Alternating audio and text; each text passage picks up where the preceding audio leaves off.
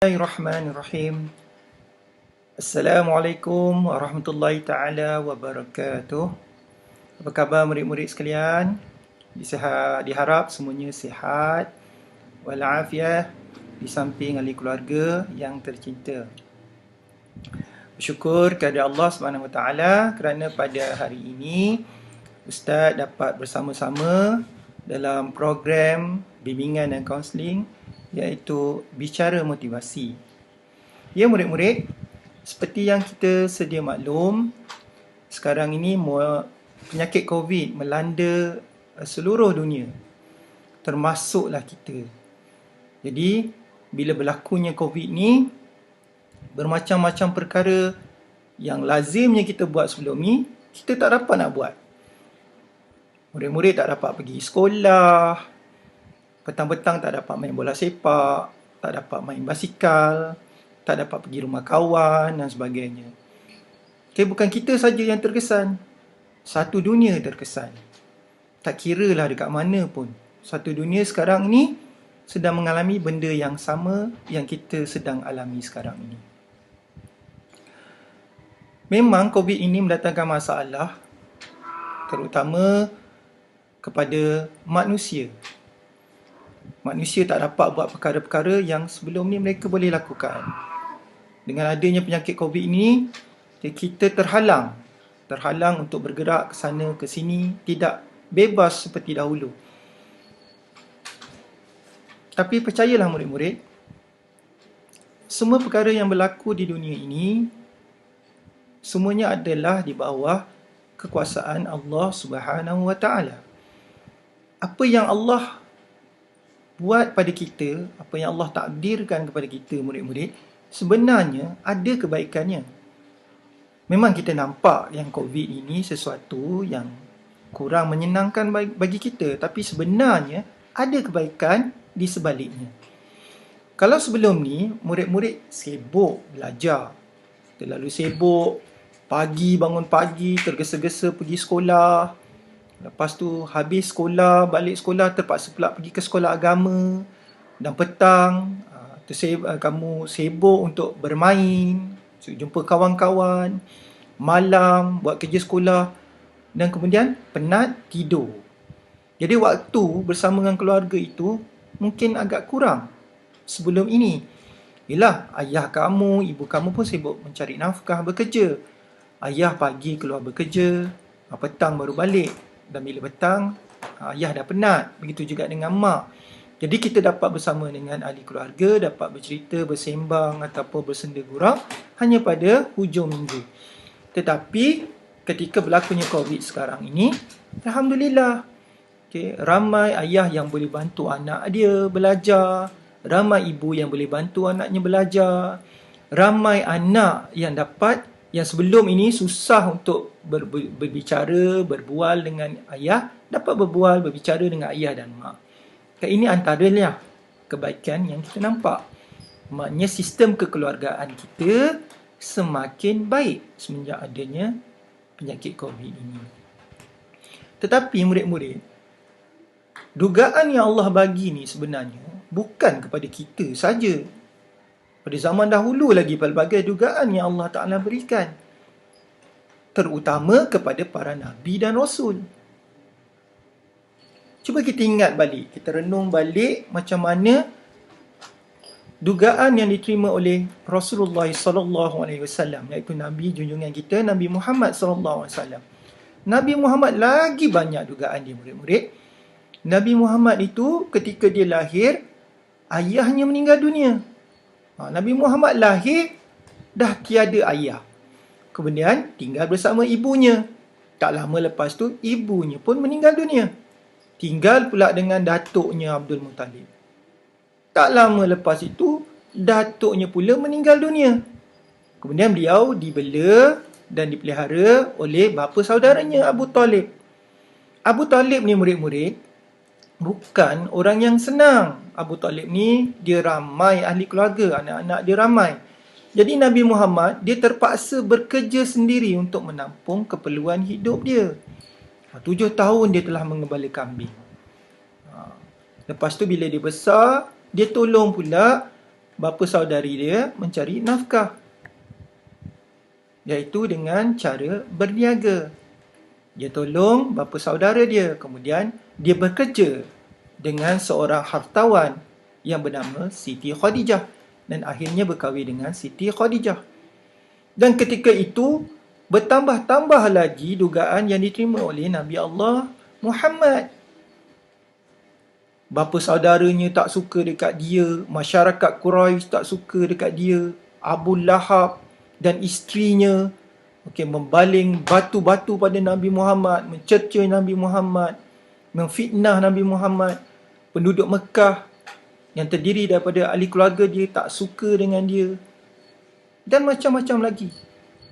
Dan yang paling teruk ialah dugaan apabila Nabi Muhammad ketika dia berusaha menunaikan dakwah Islam, orang-orang yang rapat dengan dia meninggal dunia. Isterinya Siti Khadijah meninggal dunia, bapa saudaranya Abu Talib meninggal dunia. Dan ketika ini Nabi Muhammad tertekan dengan dugaan-dugaan yang beliau terima. Tetapi Nabi Muhammad, dia tak kecewa, dia tak putus asa, dia itqan, dia tekun. Dia berdoa kepada Allah Subhanahu Wa Taala. Dan akhirnya, selepas pelbagai dugaan yang Allah Taala bagi kepada Nabi Muhammad, akhirnya agama Islam tersebar ke seluruh muka bumi. Bukan pada Nabi Muhammad saja murid-murid. Begitu juga kepada Nabi Musa. Nabi Musa lahir pada zaman seorang raja, diktator, seorang raja yang sangat ego, iaitu Firaun. Firaun ni murid-murid, dia punya egonya, dia berlagak sampai dia menganggap dirinya Tuhan. Dia tak suka kepada Nabi Muhammad yang menyebarkan agama Islam kerana dia kata tiada Tuhan yang lain selain daripada diri dia. Padahal dia tak tahu yang Allah Subhanahu Wa Taala itu adalah Tuhan yang sebenarnya. Jadi bila Nabi Musa bagi tahu dia tak boleh terima. Dia nak bunuh Nabi Musa. Dia kejar Nabi Musa. Sampai Nabi Musa tersekat pada satu tempat di tepi laut masa tu. Dekat tepi laut ni, Firaun ni kejar dia ni sampai dekat tepi laut. Nabi Musa dengan pengikut ni dah tak boleh nak lari dah. Dugaan dia macam tu. Sampai dah dekat-dekat ni, Firaun nak sampai dekat tepi laut ni, Nabi Muhammad dah tak boleh, Nabi Musa tak boleh nak pergi mana-mana. Jadi Nabi Musa masa tu berdoa kepada Allah Ta'ala. Dan akhirnya Firaun pun lenyap. Terbenam ke dalam Laut Merah. Begitulah dugaan Nabi Musa terima. Begitu juga dengan Nabi Allah Ibrahim. Nabi Allah Ibrahim pun diduga oleh Allah Subhanahu Wa Taala. Teruk dugaannya. Nabi Allah Ibrahim tidak mempunyai anak. Kemudian ketika beliau berkahwin dengan Siti Hajar, beliau dikurniakan seorang anak. Dapat seorang anak, nama anaknya Ismail. Ketika Nabi Ismail lahir, turun pula ayat arahan daripada Allah Subhanahu Wa Taala agar Nabi Ibrahim menyembelih Nabi Ismail. Bayangkan kalau kita ni sekarang ni dalam keadaan yang dihadapi oleh Nabi Allah Ibrahim. Payah untuk mempunyai anak, tiba-tiba bila dapat anak, Allah suruh sembelih anak. Tapi Nabi Allah Ibrahim, dia taat. Dia patuh pada perintah Allah. Dia tahu bahawa apa yang Allah arahkan, apa yang Allah bagi tahu pada dia, apa yang dia kena buat, dia tahu itu adalah yang terbaik untuk diri dia. Dan ketika dia nak sembelih Nabi Allah Ismail, tiba-tiba malaikat turun bagi tahu, ya Ibrahim, tukarkan anak tersebut dengan binatang peliharaan. Itu sebab kita baru saja lepas menyambut Hari Raya Aidiladha, kan? Hari Raya Aidiladha kita kena sembelih korban. Sembelih korban ini asalnya daripada peristiwa macam mana Nabi Ibrahim diminta menggantikan anaknya dengan binatang peliharaan. Dugaan tu, nak cerita pasal dugaan Allah Ta'ala bagi tu. Tetapi mereka tetap sabar. Mereka tetap taat. Mereka tetap percaya, beriman bahawa segalanya yang datang daripada Allah ini adalah yang terbaik untuk kita manusia. Jadi, Sekarang Ustaz nak bagi tahu. Daripada cerita-cerita tadi tu, cerita pasal Nabi dan sebagainya itu, okay, Ustaz nak bagi tahu. Sebagai umat Islam, okay, Nabi Muhammad SAW telah ajar kita. Bila kita hadapi dugaan, Nabi Muhammad dah ajar macam mana cara kita nak menghadapi dugaan. Yang pertama, kita kena usaha dan ikhtiar. Kita kena usaha. Kita tak boleh biar. Bila kita hadapi masalah, kita tak boleh biar. Kita tak hadapi masalah, tak boleh membaca. Tak apalah, tak boleh membaca, nak buat macam mana Allah Ta'ala bagi kita tak boleh baca. Kita nak buat macam mana? Kita reda je lah. Bukan. Allah Ta'ala bagi kita miskin. Nak buat macam mana? Allah Ta'ala dah bagi kita miskin. Kita reda je lah. Bukan murid-murid. Okay? Kalau kita hadapi masalah, kita kena usaha dan ikhtiar. Macam sekarang, COVID, apa dia usaha kita? Apa dia yang kerajaan kita buat? Yang pertama, dia bagi tahu kita, duduk dalam rumah. Kalau tak ada apa-apa keperluan, jangan keluar rumah. Okay, pakai pelitup muka. Ketika bercakap ataupun berkata-kata ataupun bersembang dengan kawan dan sebagainya, jaga jarak. Itu ikhtiar lah. Itu ikhtiar yang kita buat. Bukan benda tu buat dengan sia-sia, tak.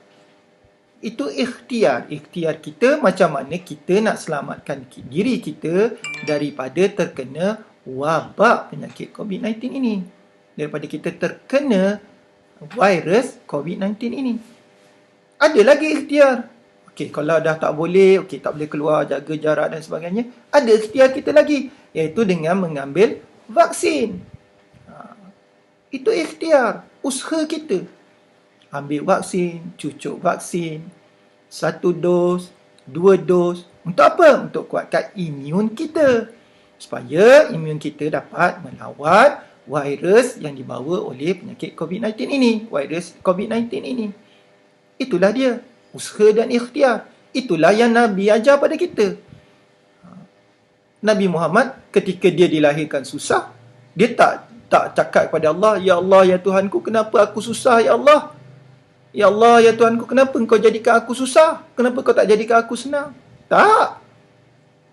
Nabi Muhammad dia berdoa supaya Allah beri dia kekuatan, bagi dia petunjuk untuk dia berikhtiar. Ini ikhtiar lah. Misal ada usaha dan ikhtiar, murid-murid. Yang kedua, bila kita dah usaha, bila kita dah berikhtiar, kita kena berdoa. Jangan lupa berdoa. Jangan jadi macam Firaun. Kan, berlagak ego. Kita rasa ikhtiar kita ni dah betul. Kita rasa kita ni bijak, kita ni pandai. Kita boleh keluar daripada masalah ni sewenang-wenangnya. Tak, murid-murid. Semua yang berlaku ni atas kehendak Allah. Kena ingat tu. Bila kita dah usaha, kita dah ikhtiar, kita kena berdoa. Kita berdoa kepada Allah Subhanahu Wa Taala. Minta dihindari, minta dijauhkan daripada wabak ini. Minta wabak ini tidak memberikan keburukan kepada kita manusia. Kita kena doa. Nabi Allah pun doa. Apatah lagi kita, Nabi Allah tu. Nabi Muhammad SAW tu digelar Habib Allah, kekasih Allah. Itu pun dia doa pada Allah. Apatah kita ni? Jadi berdoa. Berdoa kepada Allah Subhanahu Wa Taala. Macam mana nak berdoa? Ustazah dulu dah ajar. Macam mana adab-adab berdoa. Macam mana cara berdoa. Berdoa kepada Allah. Itu lebih baik daripada kita asyik menyalahkan orang lain. Ini penyakit ni sebab orang ni. Salah orang ni. Salah orang itu. Jangan macam tu. Bila Allah bagi sesuatu bala itu, dia tak bagi pada orang-orang. Tak, dia bagi pada semua. Ya murid-murid. Jadi berdoa. Berdoa kepada Allah. Kita tak boleh pergi masjid sekarang. Tak apalah kita tak boleh pergi masjid. Tetapi sebenarnya ada hikmah dia. Bila kita tak boleh pergi masjid, kita boleh menunaikan solat bersama dengan ahli keluarga kita. Ayah boleh jadi imam. Dapat semayang sama-sama dengan adik-beradik. Yang sebelum ini mungkin kita susah nak buat. Sekarang kita dah boleh buat. Jadi kita buat. Lepas ni, kalau tak ada penyakit COVID ni lagi, ataupun wabak COVID ni, ataupun virus COVID ni lagi, kita pergilah masjid. Ini Allah nak bagi peringatan pada kita ni. Mungkin sebelum ni murid-murid, kita terlampau sibuk dengan urusan dunia.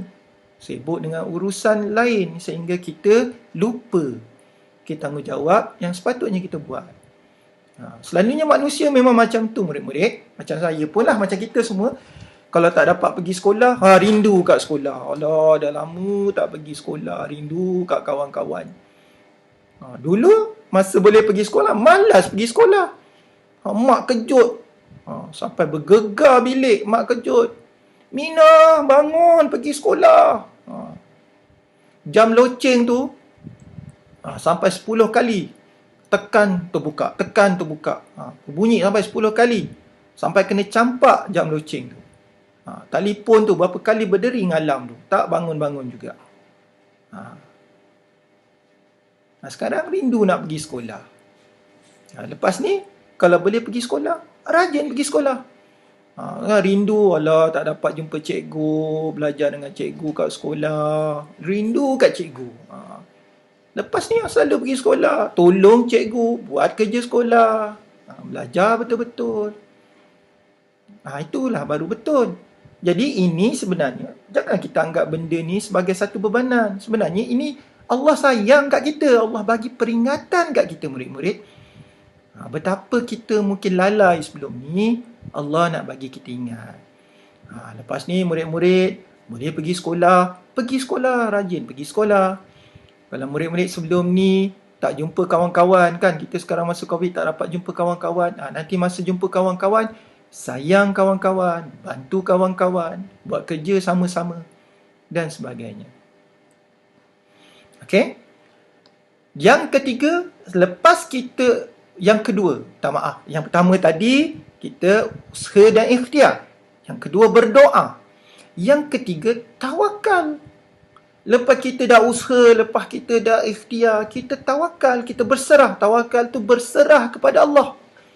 Berserahlah kepada Allah. Jangan lepas kita dah usaha, kita dah ikhtiar, tak jadi, kita salahkan orang pula. Salah orang ni, salah orang tu. Ini sebab orang ni lah tu, sebab orang macam-macam kita cakap.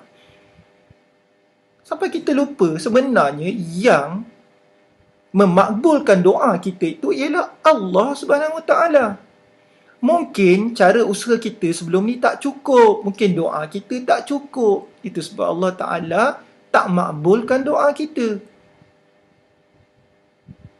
Mungkin kita tak usaha betul-betul. Okay. Mungkin tak semua orang disuntik vaksin lagi. Itu sebab virus itu masih lagi beredar. Mungkin tak semua orang yang duduk di rumah ketika tidak ada apa-apa perkara. Mungkin. Jadi Allah menilai kita. Allah sentiasa menilai kita. Allah lihat kita. Macam mana umat aku ini ketika diberikan peringatan, ketika diberikan dugaan. Adakah beliau, adakah umat aku ni, adakah hamba-hamba aku ni betul-betul taat, betul-betul ikut apa yang telah aku ajar melalui para rasul dan nabi aku ataupun tidak? Atau apakah jadi selainnya? Ingat dia murid-murid, Allah menduga manusia itu ada dua cara. Ada dua cara. Okey, tadi tiga kan? Macam mana kalau kita ada masalah, macam mana kita nak selesaikan? Ustaz beritahu tiga kan? Usaha dan ikhtiar, berdoa, bertawakal, berserah kepada Allah. Sekarang Ustaz nak beritahu pula. Ketika kita diduga oleh Allah Ta'ala, Allah duga kita ni dalam dua bentuk dugaan. Yang pertama, Allah duga kita susah. Macam kita sekarang ni lah, kita susah. Tak boleh ke sana, tak boleh ke sini. Macam Perdana Menteri kita cakap. Hari Raya, tak dapat pergi jumpa ahli keluarga, tak dapat ziarah menziarahi. Yang duduk di perantauan, tak dapat balik kampung, dah bertahun-tahun, dah 3 tahun dah tak balik kampung. Kesian, memang kesian. Tapi ini dugaan Allah. Dugaan Allah waktu kita susah, ada orang yang dibuang kerja. Malahan yang lebih sedih lagi kalau kita tengok, ada orang yang terpaksa keluar daripada rumah, duduk dekat kemah, buat kemah kat tepi jalan, buat kemah dekat hutan untuk hidup. Kita taklah sampai macam tu sekarang ni, alhamdulillah. Tapi ada orang yang macam tu. Macam murid-murid lah ketika PDPR. Dekat Sabah dengan Sarawak tu, terpaksa naik gunung, naik bukit, naik atas pokok, duduk atas pokok, tidur atas pokok untuk belajar. Jadi kita tak perlu dah macam tu, nak naik atas pokok apa semua, naik atas gunung, tak perlu. Kita duduk rumah je. Cuma rajin tak rajin je nak belajar. Itu dugaan yang Allah bagi. Yang pertama, bentuk kita susah. Macam sekarang ni lah kita susah. Itu Allah nak duga kita. Macam mana umat aku? Ketika aku bagi dia susah, macam mana keadaan dia?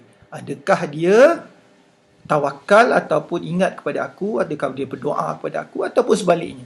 Ataupun dia sentiasa menyalahkan orang lain, menyalahkan Allah di atas apa yang berlaku. Itu yang pertama. Okey? Kalau dalam dugaan yang ini Allah bagi pun kita tak ingat pada Allah lagi, ada satu yang tak kena pada diri kita. Yang kedua, Allah duga kita waktu kita kaya. Waktu kita kaya, orang kaya. Macam Allah duga Firaun, dia kaya, dia bijak, dia dan sebagainya. Itu pun dugaan daripada Allah. Sekarang ni, orang kaya diduga, dia ada banyak duit, banyak harta. Adakah dia bantu kepada masyarakat yang lain, pada saudara mara dia yang lain? Dia bantu kepada orang miskin? Ataupun adakah dia semakin tamak mementingkan diri sendiri? Ini dugaan daripada Allah, murid-murid. Jadi murid-murid kena ingat bahawa dugaan Allah itu bukan pada ketika kita susah je. Kita senang pun sebenarnya diduga oleh Allah Ta'ala. Ketika senang belajar sekarang ni, murid-murid senang belajar sekarang ni, adakah murid-murid tolong tak kawan-kawan yang tak dapat masuk online? Adakah jiran sebelah yang tak dapat masuk online tu, adakah murid-murid bantu mereka? Dan sebagainya. Jadi murid-murid, sebagai manusia, kita jangan lupa. Kita jangan lupa, sentiasalah berdoa kepada Allah, sentiasalah ingat Allah. Sama ada di saat kita senang ataupun kita susah. Kadang-kadang ada orang susah baru dia ingat Allah, kan? Ketika dia jatuh, Allahu Akbar. Ketika dia tersepak sesuatu, Allahu Akbar. Dia ingat Allah. Tapi ketika dia dapat makan, makan banyak, makan sedap-sedap, dia tak ingat Allah, tak ucap pun Alhamdulillah, tak ucap pun Bismillah. Ingat, ya Allah duga kita. Allah menilai kita ketika waktu kita senang ataupun ketika waktu kita susah. Dan kita kena ingat, ya murid-murid, dunia ini sebenarnya adalah tempat untuk kita menjalani ujian. Ujian kan, kalau kita periksa kat sekolah, murid-murid jawab peperiksaan kat sekolah, dah tentu ada soalan susah, ada soalan senang, betul tak? Ada yang boleh jawab, ada yang tidak boleh jawab. Selalunya kita boleh jawab kalau kita baca buku, kalau kita dengar cakap guru, kita belajar betul-betul, insya-Allah kita boleh jawab.